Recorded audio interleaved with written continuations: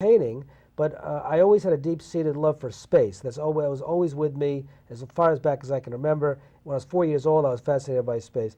And so I said, well, I'll do math, but I'll gear it towards space. And so that's what I did.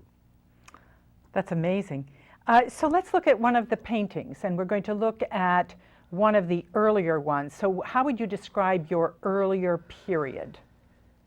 Well, the first significant paintings, I would say, were painted. I had stopped painting when I went to graduate school. Now we have a painting up here, and what would you say about that painting? Yes, this one was the first painting I did after 8 years of not painting. I went to a blank canvas. There was no drawing I did, and I just started painting from the top down, and that's what came out.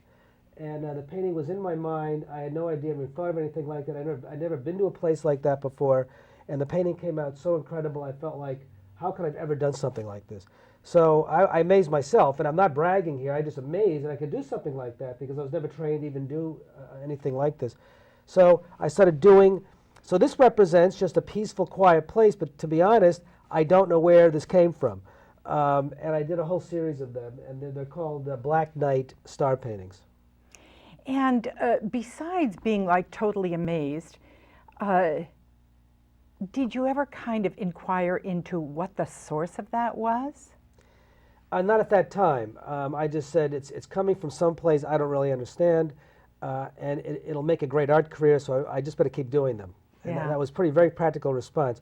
Later on in life, I did see later on possibly where these came from.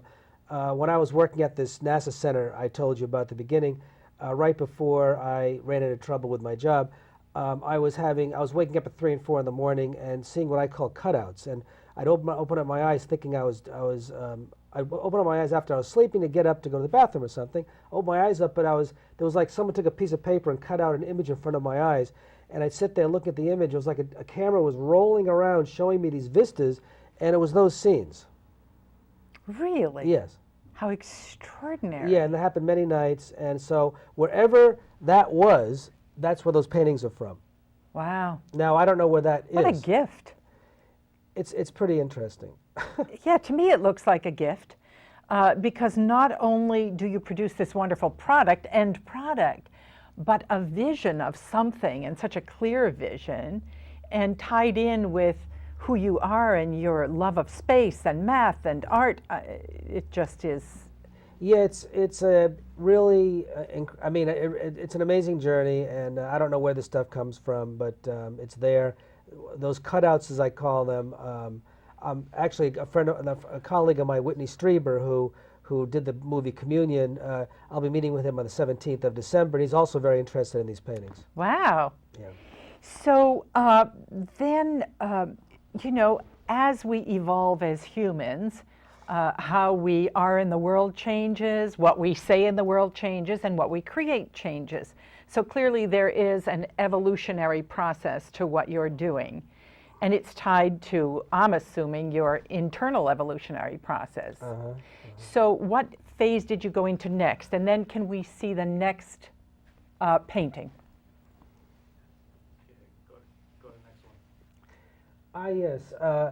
After I went through my experience at NASA, I had to escape LA and get out of there. And I actually resigned opportunities to be a tenured professor, opportunities to be affiliated with other NASA centers, including the one that did this because they wanted to bring me back. And I said, I'm leaving. So I drove to... Why?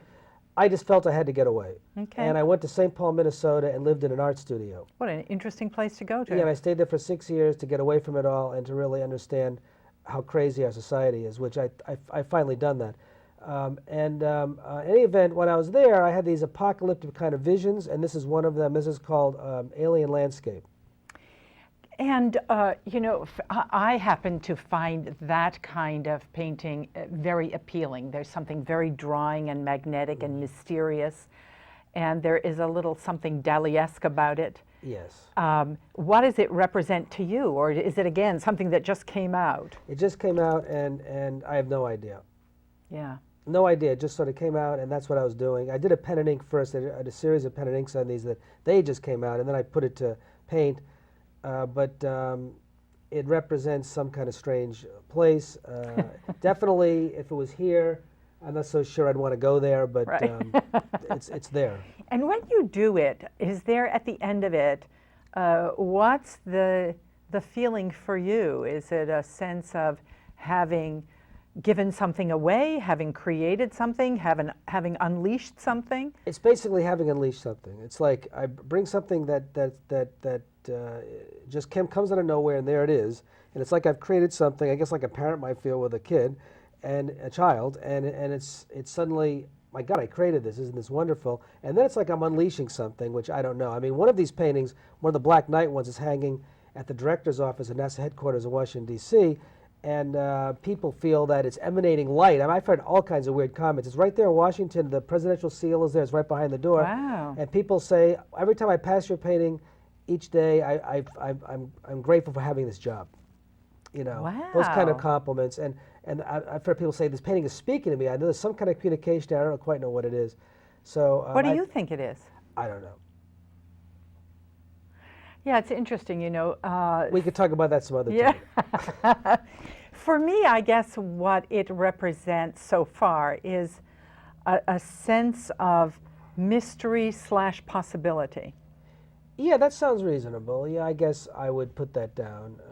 I was going through a deep, the Alien Landscape series, I was going through a very depressed time because I was stuck in an art studio, concrete building. It was 20 below zero outside. You know, I was like, what am I doing here? But I knew I had to be there. So that painting wasn't exactly like I was walking down rose petals. You know, it was Yeah. a pretty dismal time. But the first one, the Black Knight series, that was done out of real joy and just quiet.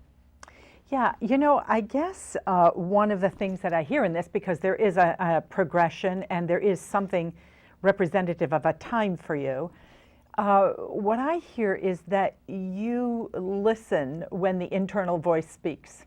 Yes. There's no, yeah, I definitely do that. Yeah. Yeah, yeah, and I listen carefully, and if it says go to St. Paul, Minnesota, that's where I go. Wow. That's pretty impressive. Most of us don't listen that carefully. Yeah, and in fact, actually, my second year there, I was no money, no nothing, and I gave up a very distinguished job at NASA, and I was offered a tenure position at a university down in Florida, and I said no. I said I have to stay in St. Paul. Isn't that extraordinary? And it worked out great. Here I am at Princeton, and you know, so I mean, Yeah. everything works. Yeah. So let's look at the next painting. And this one is? This is actually done before the one we showed, but I put it, this is goodness progression because this represents a very good time. This was in August of 1991, right before I was ready to leave Los Angeles and drive to St. Paul, but the Japanese spacecraft was actually on its way to the moon on the trajectory which I designed for it. And when I did this painting, the trajectory, I don't know if you can see it, but it winds away from the central bluish object, which is the Earth, and goes way out to the right of this picture, and then it loops around to where the moon is there to get captured at the moon. That's the actual route. And I painted this when it was furthest away from the Earth all the way over to the right. So this is the actual route that was used. The route was discovered on a very exciting discovery process, very mysterious in its own right, how I found this thing. So I felt the whole process was just so incredible I had to paint it. And that's what this is. And the Yeah. painting is called Route to